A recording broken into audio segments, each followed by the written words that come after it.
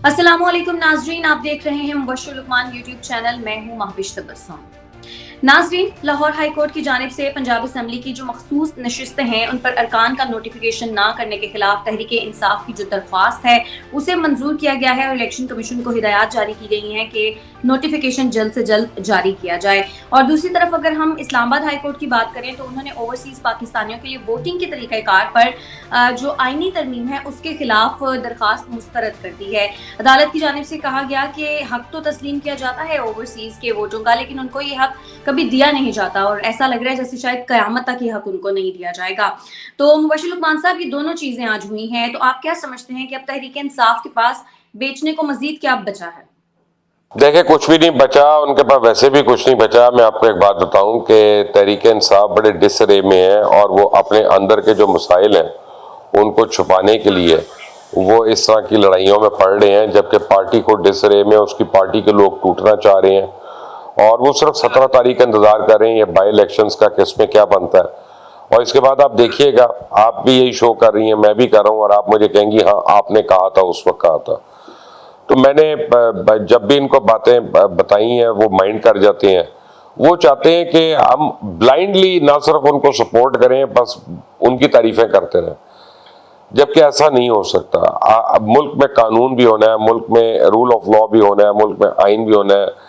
ज़ाती ख्वाहिशात पे सब कुछ नहीं बदला जा सकता। That is not the way things run. तो आने वाले दिनों में तहरीक इंसाफ के लिए मज़ीद कोई अच्छी खबर नहीं है, बल्कि और कम अच्छी खबरें आ रही हैं।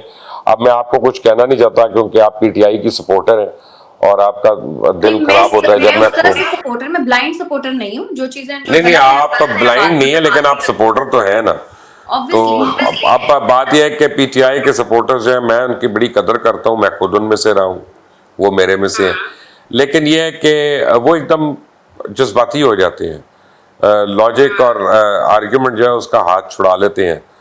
तो अभी तक तो आप बड़ी अच्छी, मेरे से पता चले आपने 4 दिन के बाद आपने हाथ में तलवार उठाई हुई है कि हुन बोल तू पीटीआई के खिलाफ, फिर मैं देखनी है। तो ये ना हो जाए सर। बात लेकिन यहाँ तक पहुंच गई है कि अब जासूसी आलात लगाने की बात हो रही है कि खान साहब के बेडरूम में शायद जासूसी आलात कोई लगा रहा था। जो उनका ये दावा है, इसमें किस हद तक सदाकत आप देखें? इसमें दो बड़ी बातें हैं। एक तो बड़ी खौफनाक बात है और दूसरी जो है वो नॉन सीरियस बात है, क्योंकि शहबाज गिल ने किया तो मैं उसको इंतहाई नॉन सीरियस लेता हूँ। कोई भी आदमी ये पर्टिकुलर डिवाइस जो है 20, 30, 40 डॉलर की लेके, आप लंदन में जाए ना तो वहाँ पोर्टमैन स्क्वायर में जाए, वहाँ स्पाई शॉप है, वो इस तरह की आपको 10,000 डिवाइसेस वहाँ पे मिलेंगी। वो जब आप यंग होते हैं ना तो बड़ा शौक होता है कि यार मेरे पर रिकॉर्डिंग डिवाइस आ गई। तो रिकॉर्डिंग डिवाइस होती है, लोग ये भूल जाते हैं कि अगर ऐसे हो कोई तो वो तो 24 घंटे चलेगी, 48 घंटे चल जाएगी, बहुत ज़्यादा हो जाएगी, और उसके बाद उसको निकाल के लाना पड़ेगा, उसको दोबारा चार्ज करना पड़ेगा, 2, 3, 4 घंटे लेगी चार्ज होने में। तब ये कौन सी अरेंजमेंट है उस घर के अंदर कि कोई डिवाइस कमरे में भी लग जाए और फिर वो एक दिन के बाद निकल भी आए, वो 2 घंटे चार्ज भी हो, फिर वापस लग जाए, फिर निकले, फिर चार्ज हो जाए। तो ये तो फिर को घर वाला ही को कर सकता है ना, तो मुलाजिम के थ्रू करवा रहे हैं ना। ये शहबाज गिल को जवाब देना चाहिए कि ये उन्होंने तो नहीं करवाया, या और तो कोई नहीं है घर के अंदर जो ये करा रहा है। उनके खान साहब के ऊपर नजर रखने के लिए कि कौन आ रहा है उनको मिलने और कौन नहीं मिलने आ रहा, वरना किसी को कोई फायदा नहीं उनकी बातें सुनने को। उनकी बातें कौन सी है, ढकी छुपी कर रहे हैं, वो तो हर जलसे में हर बात कर रहे हैं, हर टॉट पे हर बात कर रहे हैं, जिसके खिलाफ बोलना है बोल रहे हैं, और उनके प्लान्स भी सबको पता है कि वो क्या चाह रहे हैं और क्या करना चाह रहे हैं और क्या हो सकता है और क्या नहीं हो सकता। लेकिन ये कि ये वो उसी तरह की साजिश है जिस तरह की उनके खिलाफ कत्ल की साजिश थी।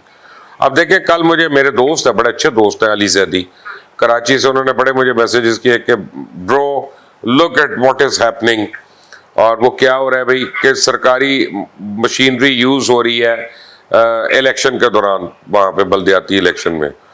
तो मैंने कहा बहुत बुरी बात है, अगर वो कर रहा है तो बहुत गलत कर रहा है, लेकिन मुझे बताओ कि वो जो सरकारी हेलीकॉप्टर यूज हो रहा है और वजीर आला केपी के जो है वो प्रोटोकॉल अफसर बना हुआ है, पहले बनी गाला आता है, साहब को लेता है, फिर वापस जाता है, जलसा कराता है, फिर छोड़ के जाता है, फिर वापस अपने घर जाता है।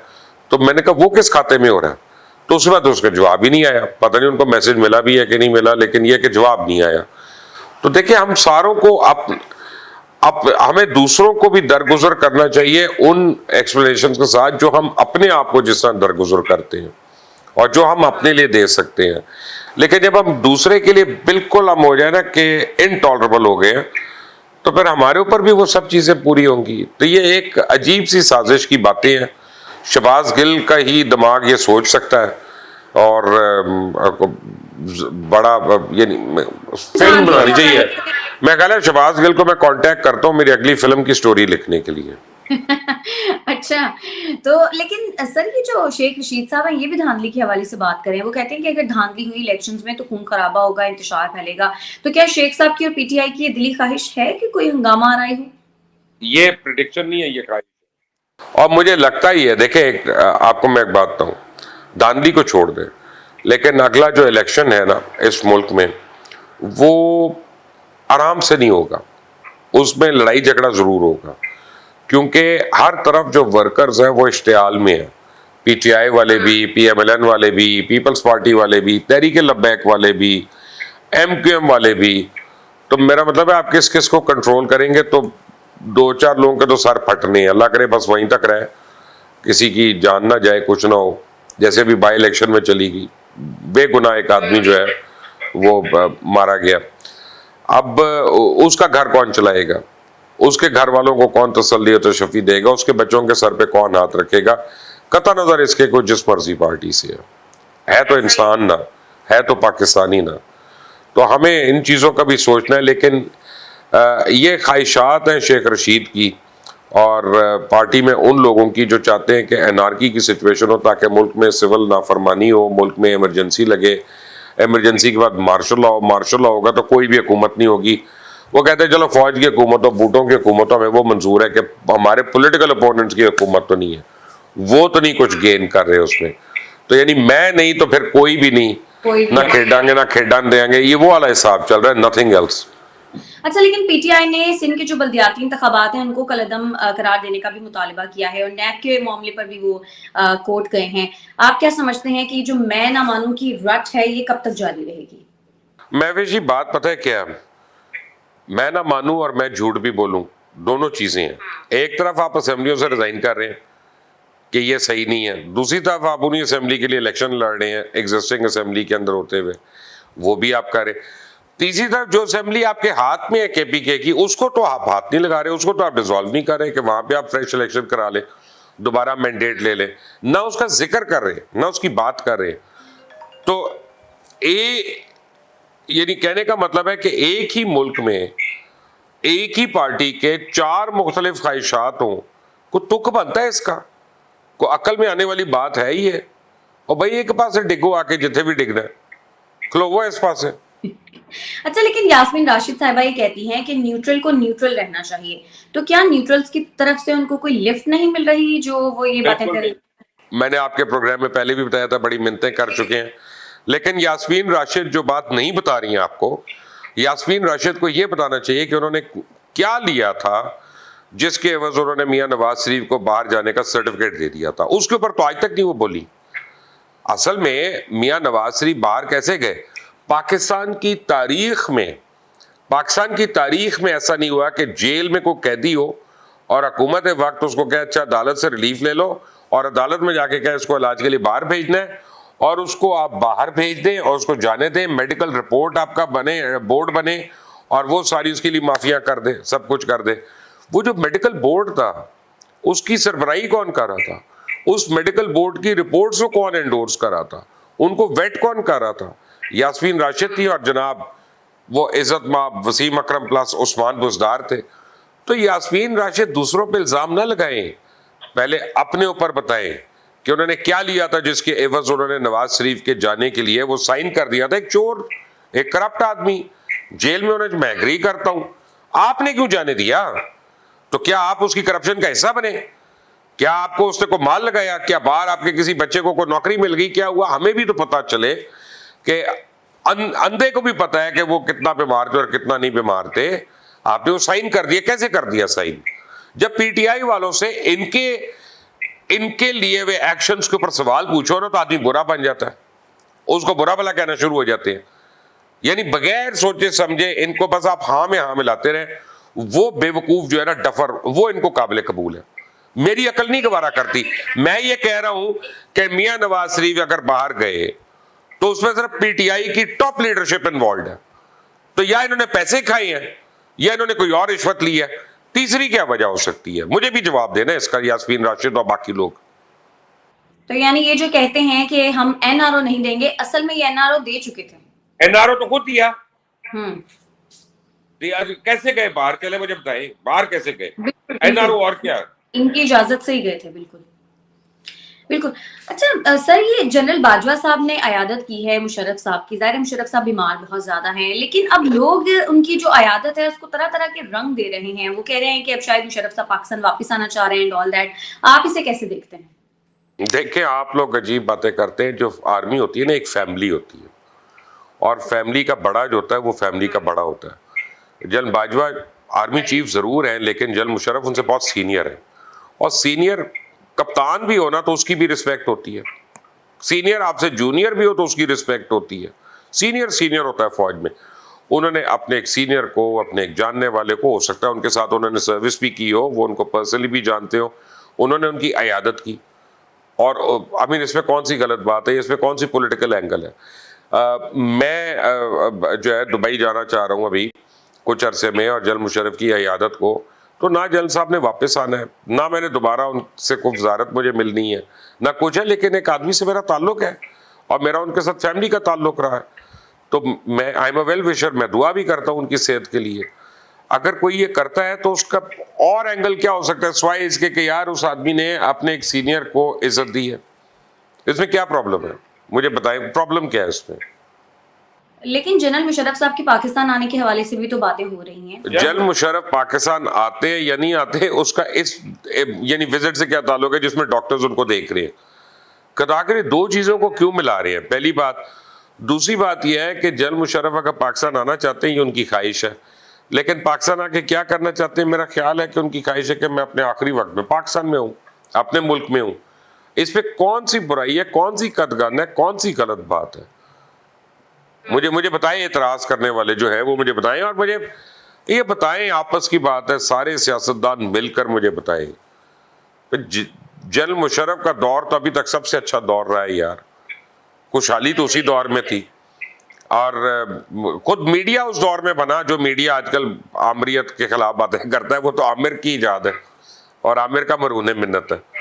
और किसको जेलें हुई, किसको कोड़े पड़े, ठीक है ना। और आपका ग्रोथ पैटर्न क्या था, आपकी इकोनॉमी का क्या हाल था, वो जनरल मुशर्रफ का भी टाइम उठा के देख लें। और ठीक है, अब वो मैं और आप डिसएग्री तो कर सकते हैं उसमें, लेकिन हकीकत को नहीं हम मरोड़ सकते। बिल्कुल ऐसा ही, बिल्कुल ऐसा है। अच्छा लुकमान साहब, महंगाई को हमने मुश्किल फैसलों का नाम दे दिया है, लेकिन ये जो मुश्किल फैसले हैं ये अवाम के लिए मजीद मुश्किलात का बायस बन रहे हैं। हम देख रहे हैं कि बिजली की कीमत भी बढ़ रही है, बाकी भी हर चीज की कीमत बढ़ रही है। आप समझते हैं कि ये जो मुश्किल फैसले हैं इनको बर्दाश्त करने की सकत अवाम रखते हैं? $8 की क्या कीमत है ओपन मार्केट में? आइडिया है आपको? आप तो क्या पर्थ में बैठी है ना, ऑस्ट्रेलिया में। जी सर। तो मैं आपको बताता, आज 206 रुपए तकरीबन मेरा ख्याल है। एक हफ्ता पहले क्या थी? एक हफ्ता पहले मेरे ख्याल से 200 नहीं, ज्यादा थी ना एक हफ्ता पहले। उसके बाद फिर थोड़े से हालात चेंज हुए थे, कम हो रही है। ये अगस्त तक आपको मैं बताता हूँ 184 पे आ जाएगी। मेरी अपनी प्रेडिक्शन है, मैं कोई फाइनेंशियल एक्सपर्ट नहीं हूँ, लेकिन जिन बातों का मुझे समझ आ रही है कि वो हो रहा है। ये फैसले तो होने थे, लेकिन आप अगस्त सितंबर के बाद देखेंगी कि ये हालात भी कंट्रोल होंगे और आपकी बहुत सी महंगाई रिवर्स भी होगी। क्योंकि पाकिस्तान ने जो IMF से इस बार साइन करवाया वो बड़ी इंपॉर्टेंट चीज है। इन्होंने IMF से ये साइन कराया कि हमने हर किस्म की सब्सिडी खत्म कर दी है। तो अब बैनुल अक़वामी मार्केट में अगर फ्यूल की प्राइस कम होती है तो ना सिर्फ फ्यूल बल्कि फ्यूल से लिंक जितनी चीजें जैसे हमारी बिजली है, हम उसमें भी फौरन कमी करके लोगों को पास ऑन करेंगे। IMF ने एग्री करके इस पे अप्रूव कर लिया, साइन कर लिया। तो इंशाल्लाह इतना बुरा वक्त नहीं है। हर वक्त एक जैसा नहीं रहता। आज आजमाइश है, अल्लाह ताला उससे भी हमें निकालेगा इंशाल्लाह। जब कोई अच्छा वक्त होता है वो भी हमेशा नहीं रहता, अल्लाह ताला उसको लंबा करे हमारे लिए। अवाम जो है वो पुरुमीद रहे कि आने वाले दिनों में हालात अच्छे हो जाएंगे। बिल्कुल, मेरे ख्याल में आने वाले दिनों में नहीं, लेकिन बेहतर जरूर होंगे। लेकिन सर मैंने तो यही देखा है मैंने तो यही देखा है कि जब महंगाई बढ़ती है तो बस वो बढ़ती ही है, कम तो कभी भी नहीं होती, चीजों की कीमतें कम नहीं होती, नहीं, ज्यादा ही अपना होती। बात यह है कि मेरा ख्याल है कि महंगाई शायद थोड़ी सी कम भी होगी, पहली बात। दूसरी बात यह है कि आपकी आपकी जो है ना परचेजिंग पावर बढ़नी चाहिए, वो असल इम्पोर्टेंट चीज़ होती है। अगर महंगाई इन्फ्लेशन की वजह से बढ़ती है तो वो तो अच्छी बात नहीं है, लेकिन अगर उसके साथ साथ लोगों की आमदनी जो है उसमें भी इजाफा हो और बेहतर हो, तो वो असल उसका सद्देबाब है ना, उसके लिए तो टाइम लगेगा। लेकिन मेरा ख्याल है आपको तखफीफ जो है वो 1-2 महीनों में थोड़ी बहुत नजर आना शुरू हो जाएगी। इंशाल्लाह इंशाल्लाह। अच्छा सर, अभी मेरे पास एक खबर आई है कि मियां महमूद रशीद साहब ये कहते हैं कि मखसूस नशिस्तों पर जो अदालती फैसला है उसके बाद हमजा शहबाज शरीफ अब अपनी अक्सरियत खो चुके हैं, उनको चाहिए कि वो फौरी मुस्ताफी हो जाए। वो चाने चूने को तो छोड़ दें यार। चाहिए तो कि आरिफ अलवी भी मुस्ताफी हो जाए, वो नहीं इस्तीफा दे रहे। चाहिए तो ये कि अपना वो महमूद खान भी इस्तीफा दे दें, उन्होंने नहीं दिया, हालांकि उनके गवर्नर ने दे दिया इस्तीफा ऊपर जो है। लेकिन ये है कि देखें, बात यह है कि पॉलिटिक्स में चाहते ही नहीं चलती, पॉलिटिक्स में मैन्यूवरिंग चलती है। और ये ठीक है, हाई कोर्ट का फैसला आ गया, लेकिन अब दूसरी पार्टी का भी राइट है कि वो, उनके पास लीगल ऑप्शन भी मौजूद है। पहले वो सुप्रीम कोर्ट जा सकते हैं, वो उसकी अपील में जा सकते हैं, और भी उनके पास ऑल्टरनेट ऑप्शंस हैं। उसके बाद आपके नए इलेक्शंस भी हो जाएंगे, 17 तारीख तक उसका रिजल्ट हो जाएगा, तो फिर आपकी लिस्ट नई बन जाएगी। तो महमूद रशीद साहब जो है एक स्टेटमेंट की हद तक तो सही बात कर रहे हैं, लेकिन अगर ख्वाहिशात, वो क्या कहते हैं अंग्रेजी में, ओनली विशेस फॉर हॉर्सेस, तो फिर तो बहुत कुछ हो जाए ना। तो विशेस आर नॉट हॉर्सेस। ठीक। अच्छा, इसहाक डार साहब के भी वापस आने के हवाले से बातें हो रही हैं, तो अब तो जाहिर सी बात है अब आ जाएंगे, अब क्या मुश्किल है उनके लिए? नहीं, मुश्किल आसानी की बात नहीं। मैं ये समझता हूँ कि इसहाक डार साहब को आना चाहिए, और मैं ये समझता हूँ कि इसहाक डार साहब बड़े काबिल आदमी हैं। और उनको बहुत पहले आ जाना चाहिए था, आकर केसेस का सामना करते ना। नहीं, वो ठीक है, लेकिन मैंने उनसे जब 2-3 पर्सनल मैंने पूछा इसहाक डार साहब से, तो उन्होंने मुझे अपनी रिपोर्ट सिखाई थी। वो एक्चुअली उनके एक्चुअली बैक का कोई इशू था, मुझे तो नहीं पता, मैं डॉक्टर नहीं हूँ, लेकिन वो वाकई अंडर ट्रीटमेंट थे। और मैंने उनकी रिपोर्ट, यानी मुझे पता है कि उनको डॉक्टर्स ने स्ट्रिक्टली एडवाइस किया था कि उन्होंने लंबा ट्रैवल नहीं करना। और यानी, और मेरा, वरना तो वो 4 महीने पहले आते, 2 महीने पहले तो आ ही जाते ना, कि जब ये हुकूमत आई है। तो वो अगर नहीं आए तो इसका मतलब है कि उस वक्त मेरी मुलाकात हुई थी उनसे लंदन में, उनके डॉक्टर्स ने उनको एडवाइस किया था कि अगले चेकअप तक वेट करें। अगला चेकअप शायद उनका होना था, हुआ होगा, तो अगर उनके डॉक्टर्स क्लियर कर देते फिर तो आएंगे। ठीक है, बहुत शुक्रिया आपका मुबश्शिर लुकमान साहब। नाज़रीन, आज की वीडियो से इतना ही। अगर आपको हमारी वीडियो पसंद आती हो तो आप हमारे चैनल को ज़रूर कर दें लाइक, सब्सक्राइब और शेयर भी कर दें, और अपनी कीमती राय से हमें कमेंट्स में ज़रूर आगाह कीजिएगा। हमें इजाज़त दें, अल्लाह ने के